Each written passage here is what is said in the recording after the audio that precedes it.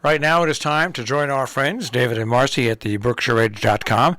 They are there 24 hours a day, bringing you news updates, information updates, event updates going on in South County and surrounding areas. And we are pleased to have them join us live on a Wednesday morning. Good morning, guys.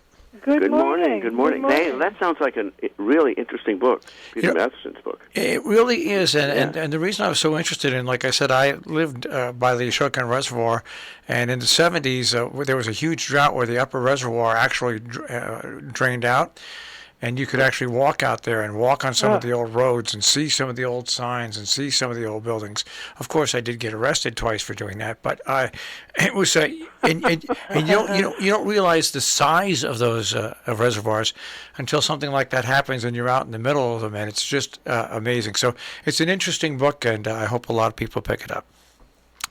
With that being said, I love the first story. I do. I'm sorry. I love this. What do you mean? The good news and the bad news? You mean? Good news, bad news from the regional school district. COVID cases down, but the pipes burst. There's reality for you. There's reality in a nutshell. This is the Berkshire Regional School District. Had to cope with several problems, not only a pandemic, but some structural problems too. As our writer says, if it's not one thing, it's another. That's right.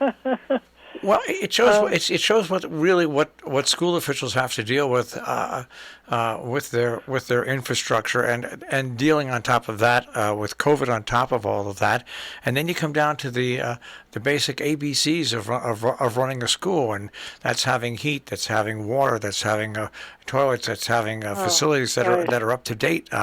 It's amazing anybody would want to be a superintendent, really. Well, this is a story about, Muddy Brook Elementary School. This is what the story is about. In Great Barrington, it's the regional school district's elementary school. It's relatively new. And yes, it is. 10 years or so? Yes, this happened on a Saturday, and a third-grade teacher had come in to do some paperwork, and she noticed there was a bunch of water in the building. And it seems that a valve had failed, and in the cooling system or in the heating system, and in the ceiling, and it had flooded the school. So and things like that always happen when it's the worst type of weather for it to happen. Yeah, of course. Yeah. It's worst type of conditions to try to fix it.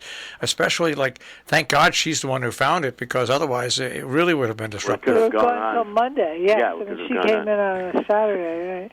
Right, and people forget that teachers often, are there not only after school but sometimes on their day off. Yeah.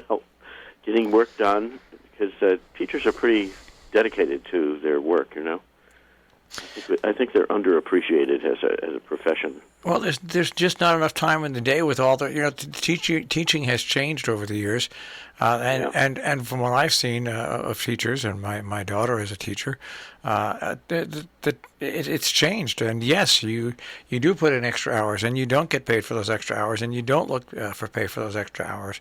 But you do what my daughter does.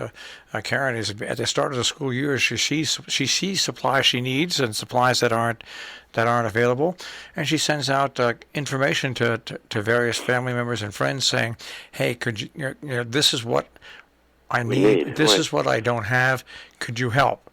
And you know what? I'm always amazed at how many people finally realize that the teachers need this individual help. Yeah. Oh, yeah. Well, teachers are underappreciated and underpaid, too, perhaps. Oh, yes. It was a women's profession, and so, therefore, they didn't have to be paid.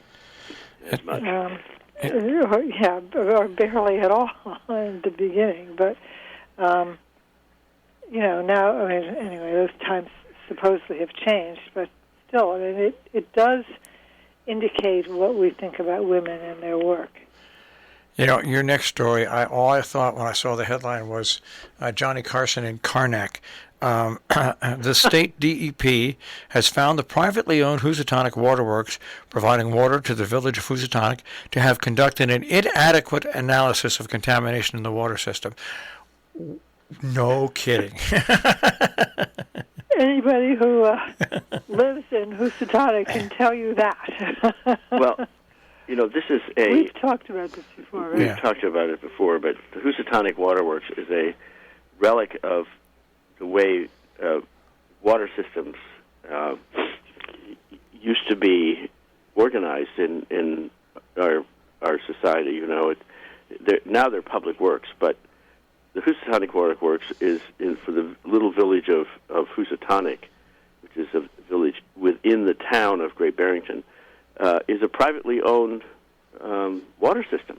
Right. It's not connected to the it's not the public water system that Great Barrington has. It's the village's water system, and it has 850 customers. 850 customers, and it's you know, it just doesn't have the the resources to really maintain itself these days. So the water, as we have discussed before, the water is disgusting. I mean, if I tell you, I would never buy a house in Housatonic because of you'd have to just buy bottled water all the time. I mean, it's kind of cloudy. It's cloudy and brown.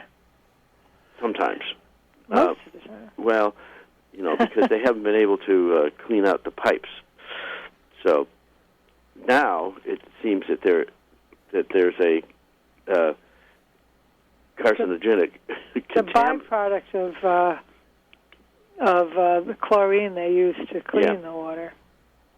So, I mean, it's called haloacetic acid compound, right? Or and HAA5.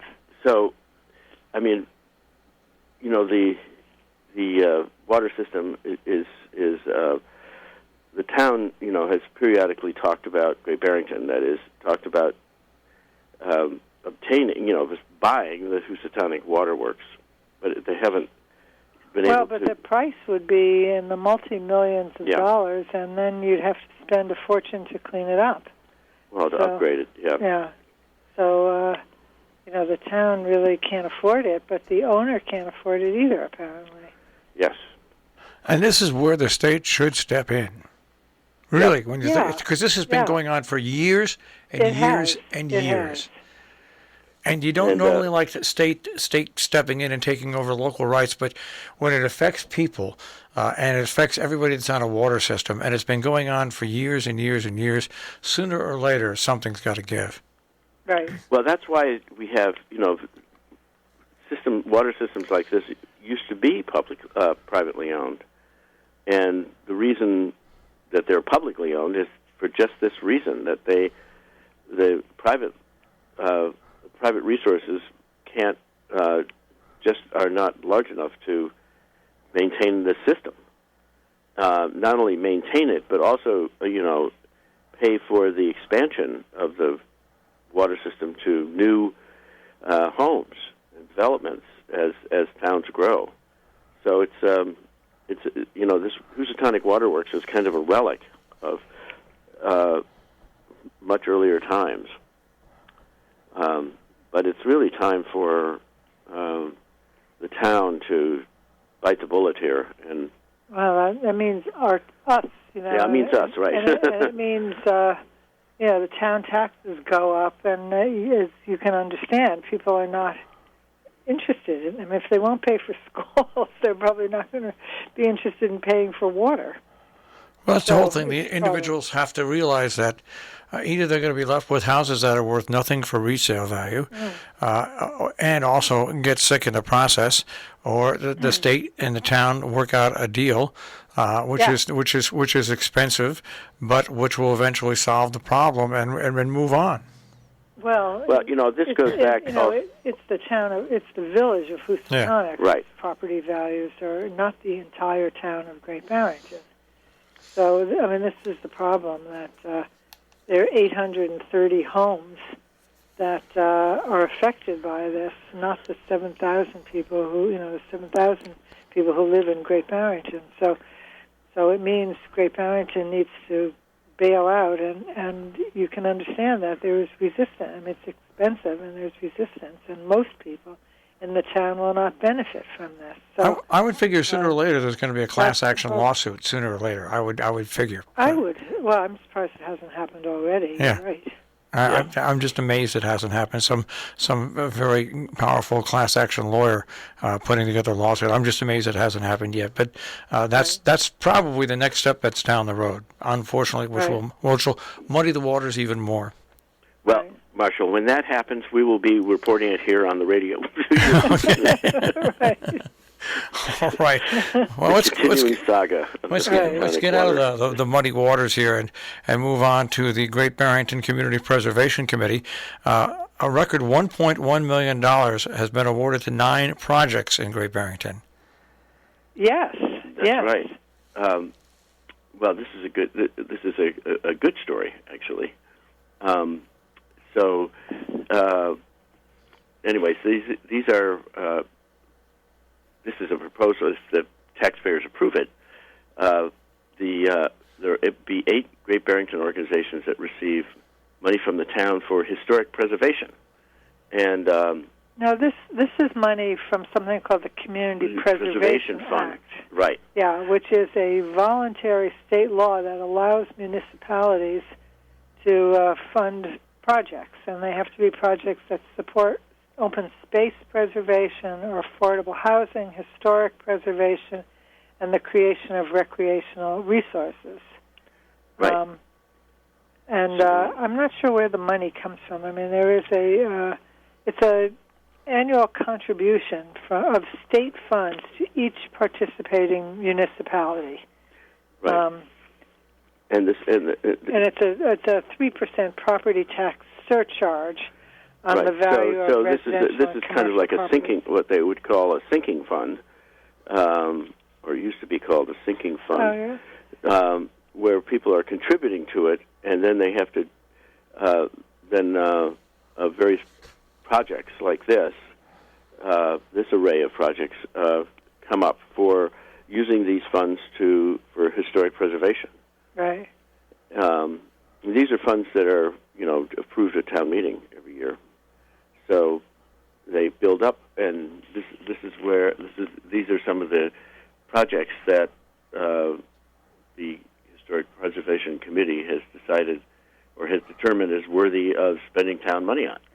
Yeah, and one of them is a building right downtown that houses the Berkshire Community College, and it's going to be completely rebuilt.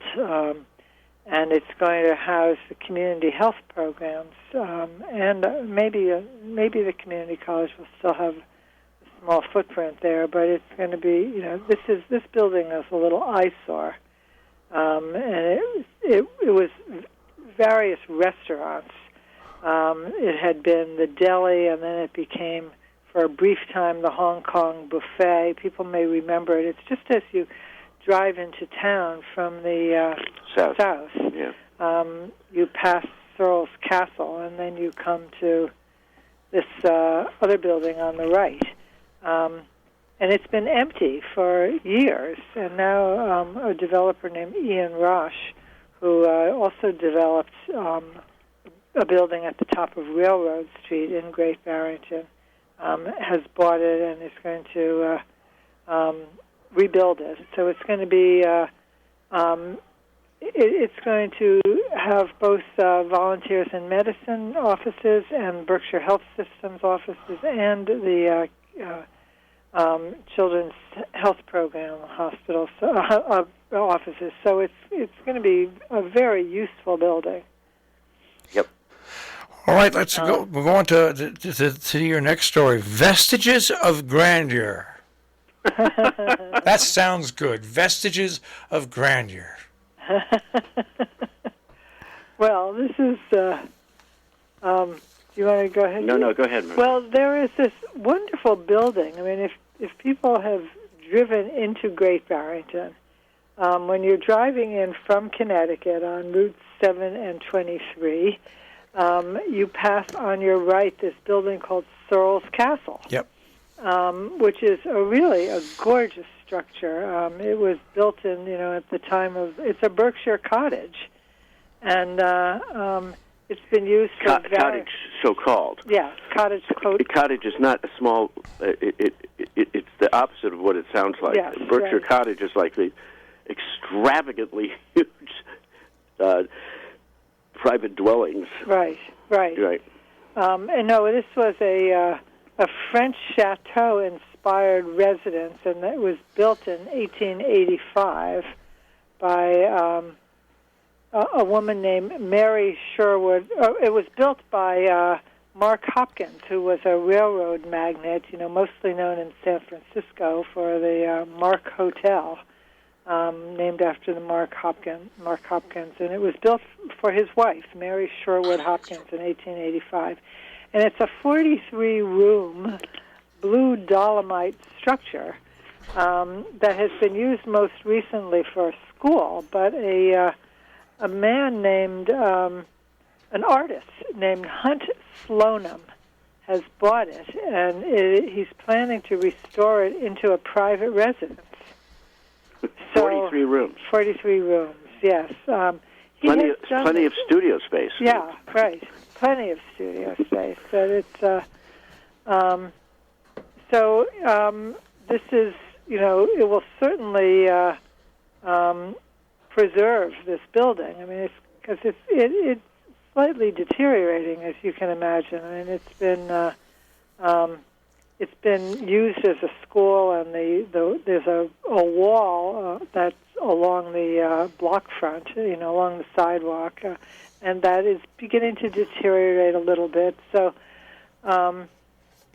anyway, he's this is going to be he's a very flamboyant artist, and he has done this to other houses. So, he's a fan of Tanglewood. He's a fan of Edna St. Vincent Millay's house, Steepletop, which is in Austerlitz, and he's got loads of friends who come visit, and he has a home in Napoleonville, Louisiana, which he's done the same thing to. And this is a small town of maybe 560 residents. So for him, moving to Great Barrington is like coming to the big city. It's an interesting story, right? Because just recently I just posted in West Cornwall a castle there, which was completely in ruins. Was bought years ago and is now on the market for $6.5 million, and it has its own legally licensed helipad on top of it all. So wow. Yeah, wow. That will definitely sell to somebody, because you don't get helipads anymore in this area. People don't allow helicopters to come in and land. But anyways, that's why I love this. Do the helicopters come with it? No. I'm sure they do when the new person buys it. Well, let's move on to your final story, and this is a story that we have talked about since really we've been on the air with you, and that plans are moving forward now to install a statue of W.E.B. Du Bois, the civil rights leader, in front of the Mason Library in Great Barrington. In downtown Great Barrington. Well, and also, I mean, this project gets better and better. Originally there was an idea to install a statue of W.E.B. Du Bois, and maybe he was going to be on a bench and you could sit down next to him. But the project hired a very good architect who has now designed something for the whole front of the Mason Library, which is the public library in downtown Great Barrington. And it's kind of an apron in front of the building. It's going to have a big kind of, not a semicircular, but a rounded garden on both sides of the staircase that leads up to the main entrance of the library. And people will be able to. It's going to be a gathering place for the community. It's going to be a long bench. The staircase will be rebuilt because it also is beginning to deteriorate. And W.E.B. Du Bois will be sitting there in the middle of the bench on one side, looking out on the lawn, looking out on the main street. And it's expected that people will meet there. People will come and sit with him and with each other. And the library has book sales out on that front walk. And it's really, when I saw this drawing, and we have the drawings up on the edge if anybody wants to look at them. It really is beautiful, and it's going to make the library much more beautiful, although it is beautiful already. And this is going to be, what's really nice about this is that it's a little further, the main intersection in downtown Great Barrington is the corner of Railroad Street and Main Street. But commercial development has been creeping further west on the street. There's a whole new section of Great Barrington that's sort of around where we have what's called the Flying Church. Somebody, and we've discussed this before, somebody bought a church, raised the whole church up to a second story and has built stores and potential restaurant space down, sort of at the other end of town. And so that area is now, there is now sort of much more activity at the other end of town, and the library is toward that other part of town. So we're really expanding Main Street in Great Barrington. So there'll be, it's a much longer strip of commercial activity, a much not only that, place to walk. Not only that, Du Bois, though he called Great Barrington home, and he was, a revered civil rights leader and philosopher, had really not had a difficult, people that were uncomfortable with some of his writings, and so it's come full circle here in his hometown that they're finally. The town is finally honoring him as they should. So this is a real tribute to a new day, you might say.